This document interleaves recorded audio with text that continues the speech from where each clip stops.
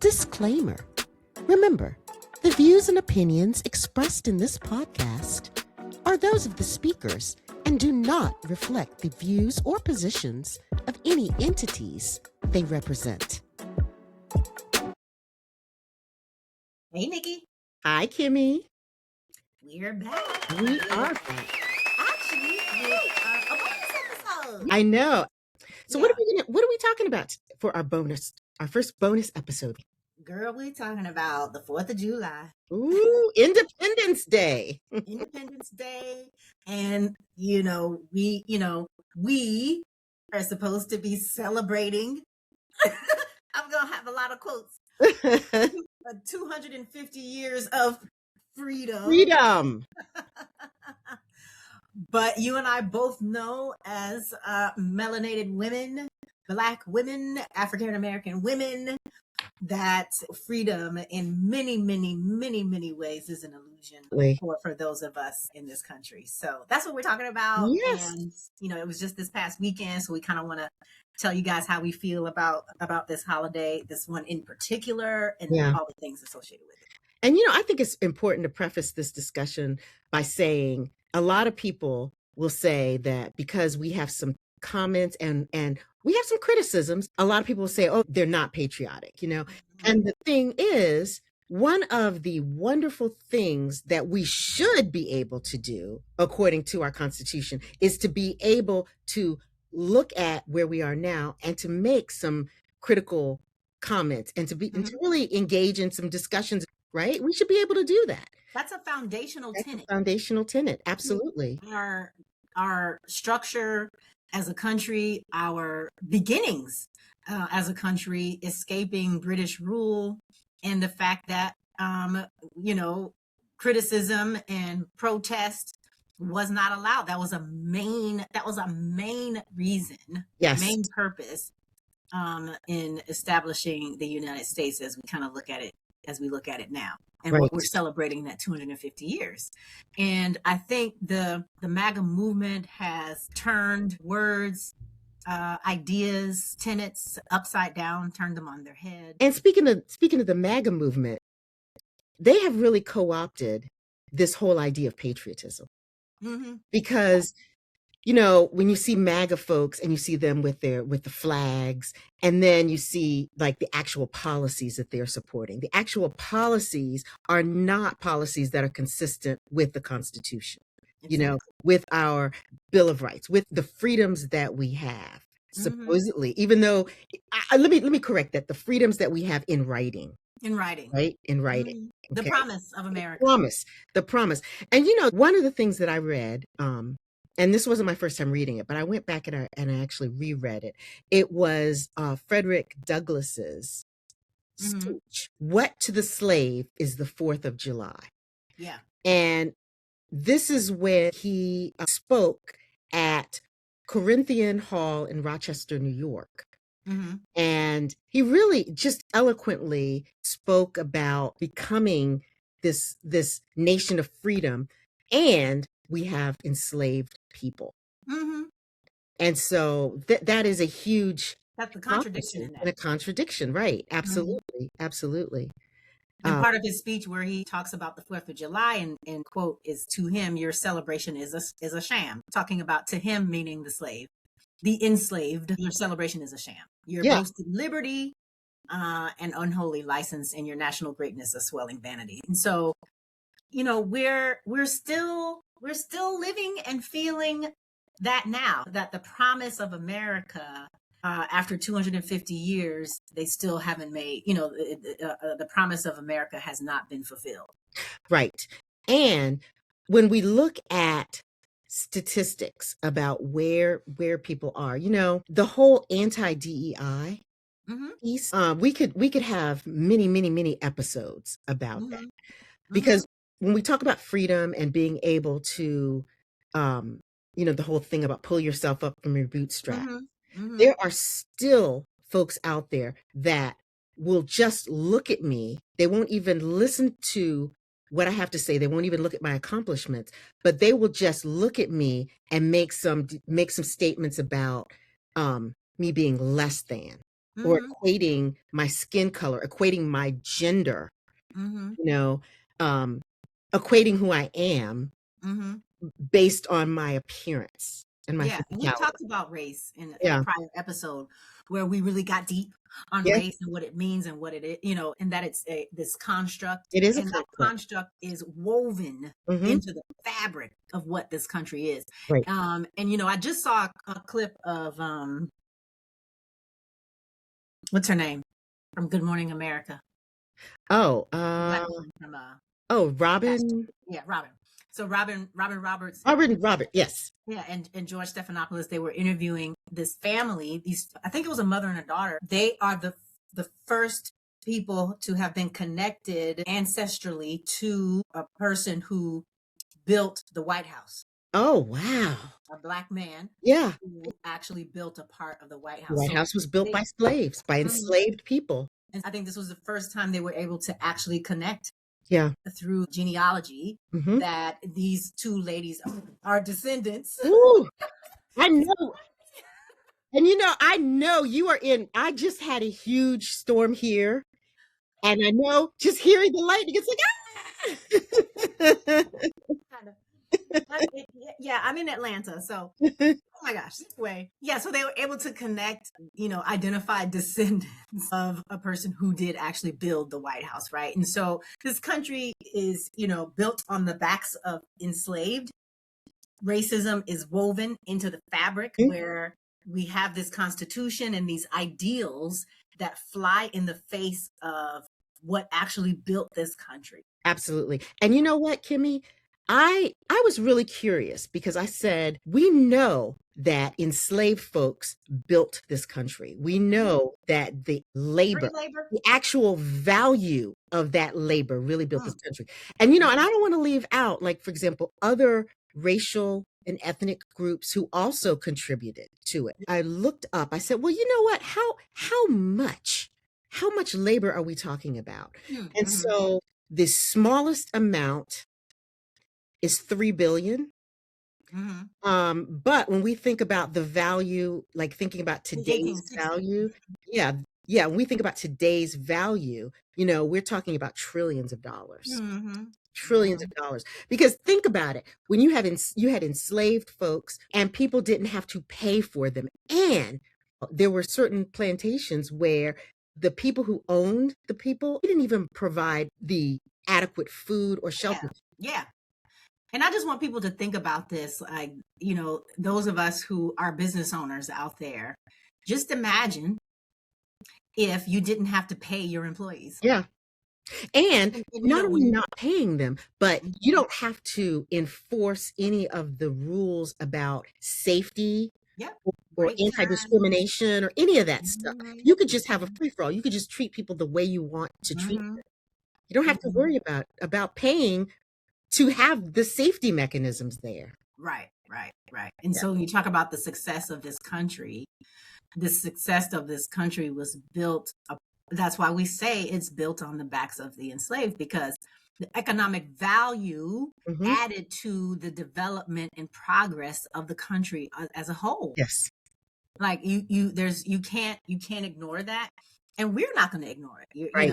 People who say, oh, this was so long ago and we're tired of hearing about it. Well, you know what, we're tired of saying it too, but we're going to Well, keep on saying it until this country pays for these past or uh even acknowledges, even mm, until the country even acknowledges it. There are other things that I don't think sometimes people realize that occurred. Like, for example, lots of different agricultural strategies. There were things that enslaved people developed that were stolen. So they never received mhm, any credit for yeah, any of their inventions or any of their stealing. exactly. One of the things that I also read about, and I just thought this was really, really, really interesting and really ties into gender and race, is that Black women were raped and sexually assaulted. And so one of the authors that I read discussed how this, in a way, protected the white woman's virtue Mhm, because you had a whole group of people that you could then go and rape and do whatever to mhm, without quote spoiling, you could still have that pristine image of the white On the Southern pedestal. woman. Yeah, Mm-hmm. you could still put Mm-hmm. her on a pedestal because and the way it was perceived is that Black women were hypersexual anyway. So Mm-hmm. forcing them to engage in sexual conduct wasn't a bad thing. It was Yeah. you were helping them because they were hypersexual anyway. Mm-hmm. And so there are all of these things that happened, and people will Mm-hmm. say, well, how does this impact today? Like, why are we talking about this? We're talking about this because The wealth gap. the wealth gap, Yep. maternal mortality, child mortality, Mm-hmm. the education gap. I mean, it's a higher proportion of folks who have certain illnesses who are of a certain racial and socioeconomic status. And we know that race, Mm-hmm. even though it's a social construct, one of the issues is that we do have a higher proportion of people of color living in poverty. Right, because of um, all of these political um, positions and policies that have been put in place over the years, Hmm. throughout enslavement, throughout Jim Crow, throughout civil rights. A lot of the policies still have an impact. And we talk about this in another prior episode. So I encourage everyone to take a listen to some of our prior episodes. And one of them that I think really is an offshoot of what we're talking about is our episode on Black ghost towns, and Oh, how yes. we was it Black ghost towns? How we Black talk ghost about, towns, and also we talked about tipping. Those were two, I think, that talk about the yeah, but economic I think impact. I'm talking about the Black ghost towns where we talked about the economic Yes. impact that it had on the loss of those towns, and how white supremacy and the policies that come from white supremacy, how they impacted these towns where we had built our own economies, and how those economies were destroyed. I Hmm. mean, this is as as recent as the 20th century, where Yeah. these things were happening. And so all of those things impact us today. And if we want to talk about the practicality of it all, having a down payment for a home. Yes. Many young Black people, their parents do not have the resources to provide gifts. When And I was yes. applying for a mortgage, a lot of, lenders would ask, hey, when I was in my 20s, hey, can you get a gift from your parents? Yeah. Oh, I can't get a gift from my parents. Exactly. We're Hmm. talking about wealth.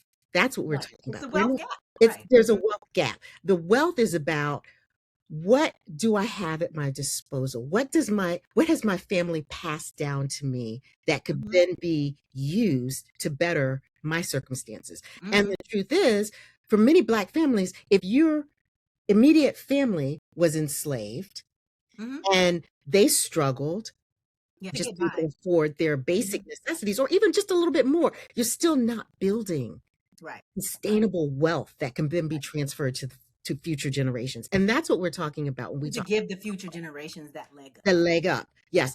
Yeah. And it's interesting to me when I was in college, when I graduated, I think I may have mentioned on one of the podcasts how my mother gave me money for graduation, and it was a Hmm. big lump sum. And I was just like, oh my gosh, this is, whoo, never Yeah. had this much before. But she really saved up and she gave that to me. Right.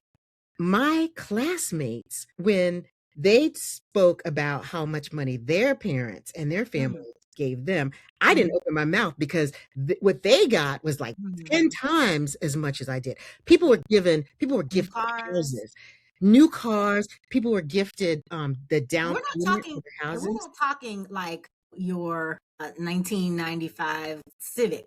We're talking like when I went to college, there was a girl, a classmate of mine.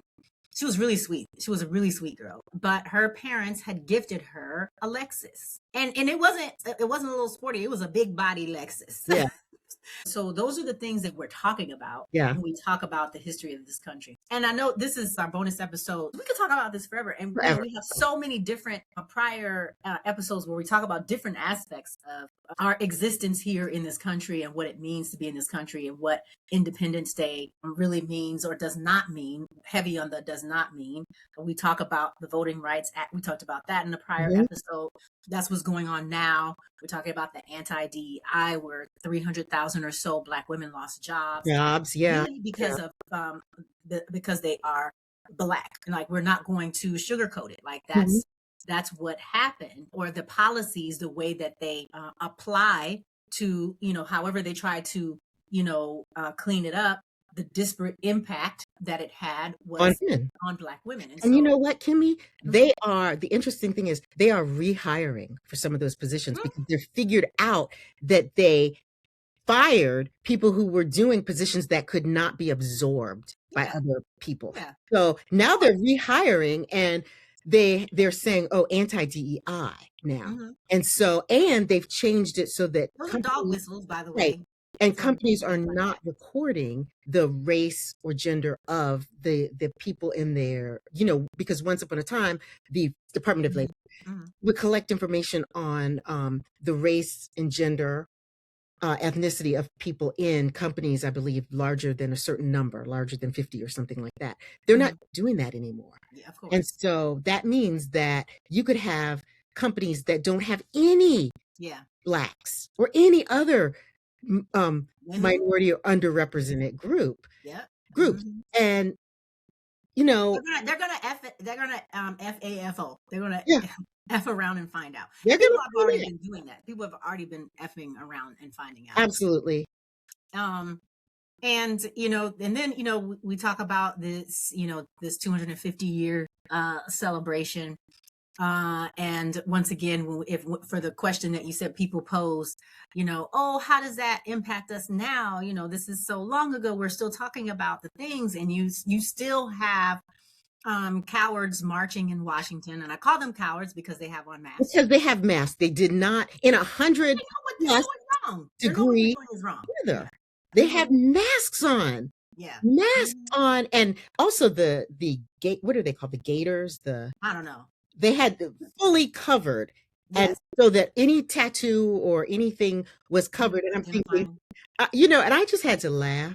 And, this is the thing, I feel like, once again, especially, I guess I can only speak for our generation because it's our generation. Mhm. But, I really got tired of people saying, oh my gosh, we're in a post-racial society. Race doesn't matter. And it's like, see, this is exactly what we're talking about. We have these people out here with their masks on because they don't want you to know that they're sitting next to you making decisions about your health care, Yes, or making a decision at a bank on whether or not to loan money for right. your business. Or writing articles in newspapers, Exactly.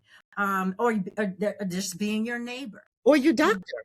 oh, and there's somebody posted I don't know if it was a text message that got leaked, where this white man said, I think it was in a police department, and he said, no, it's an N word. You don't need to rush to go over there.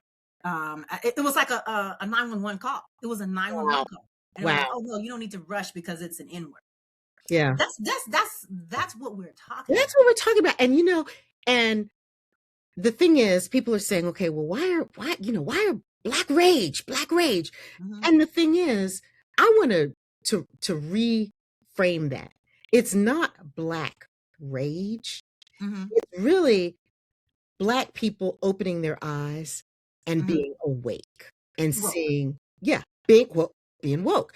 Because rage sounds like you have no control over, Hmm. like, of your facilities. You just, Hmm. I'm just gonna smash and grab, Right. Hulk smash, I'm just Or gonna, that it's excessive. and it's excessive and it's not Hmm. appropriate. But you know what? It's really about, I can sit here and be just as calm and still recognize the injustices that are occurring, Hmm. you Hmm. know? Hmm. And if Hmm. I'm not yelling, that's only because I'm watching and observing and collecting Hmm. information. So I know how to keep myself safe, Hmm. because Exactly. that's what we Exactly. want to do. And we also want to be moisturized and hydrated and Hydrated unbothered.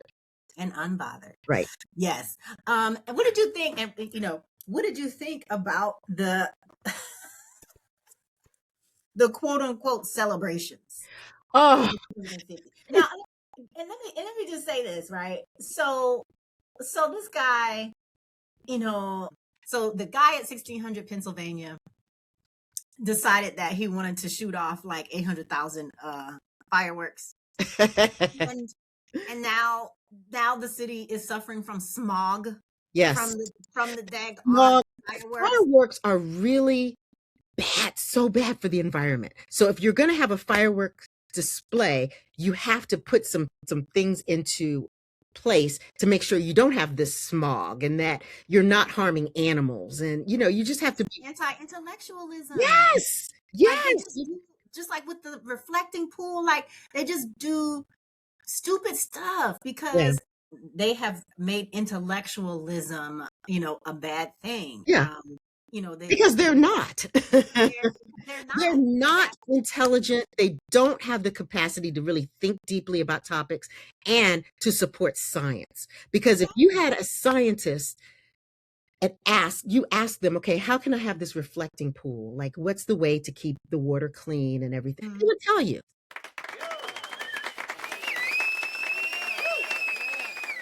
This 4th of July really was a highlight of hypocrisy. It highlighted how racism, sexism Mm-hmm. is still the fabric of this country. Absolutely. And it's the fabric in the sense that it's built on a system that continues to support supremacy in the way that this MAGA movement have been able to. They've always infiltrated, they've always been there, but to really show themselves Mm-hmm. and move their agenda forward And in a very open way. yes. And the people that they are putting into power are people that supported them either financially or people that they consider, quote, loyal, or they're Nepo babies. And so people who are related to them. And so the whole undercurrent is we've got to get rid of DEI because people are being promoted that aren't qualified. Yet, what's so qualifying about being related to somebody? What's so qualifying about giving money? That does not make you qualified to be a secretary of fill in the blank, you know? And so this movement is really hurting everyone. It's really hurting everyone. And that's why this celebration was so not that. And The celebration wasn't. It it was just not. became a caricature. Absolutely. And the other thing is, if you're going to do a celebration like this, it should be a celebration that brings people together. And part of our president's speech was about denigrating people who did not support him. And that's always what it's about. And it just shows the just lack of understanding what a president is. Yeah. And it shows a lack of decorum. It shows just a lack of emotional intelligence, and a lack of just a lack. Just a low level of functioning, just a lack. Yes.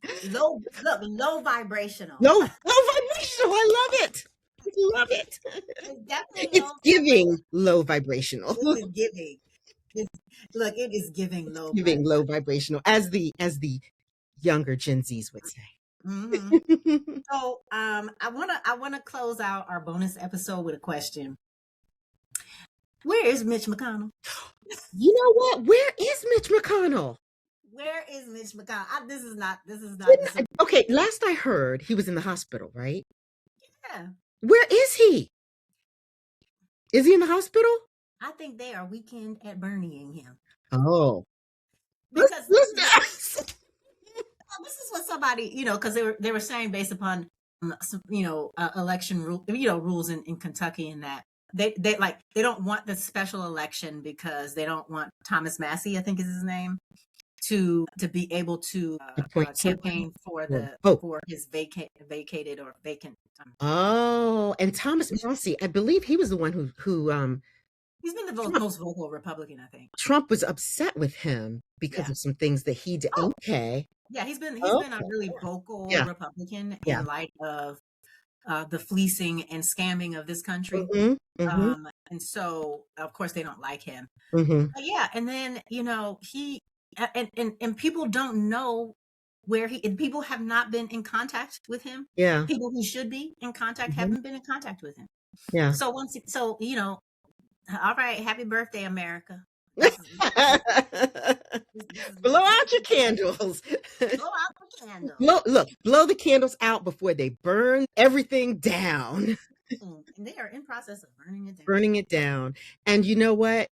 All I can say is we just need to breathe, keep moisturizing, keep hydrating, and keep being unbothered. And that doesn't mean we don't care. It just means that we have spent so much time caring and telling people what was going to happen and having people not listen to our predictions and to our thoughts about what we're seeing happening, that now we're just like, okay. I think that's going to be our end for every episode. Hydrate, moisturize, and stay unbothered, y'all. Stay unbothered. Yes. Okay. Yes. And that's Absolutely. everybody. Okay. All right. Remember, like, comment, and subscribe. I got all 3 of them this time. Yeah, good. All right. Thank you for listening into our first bonus episode. Yay. Hope you enjoyed it. And until next time, bye. Bye. So we want to get deep with you. Make sure you hit the like and the subscribe buttons. See you soon.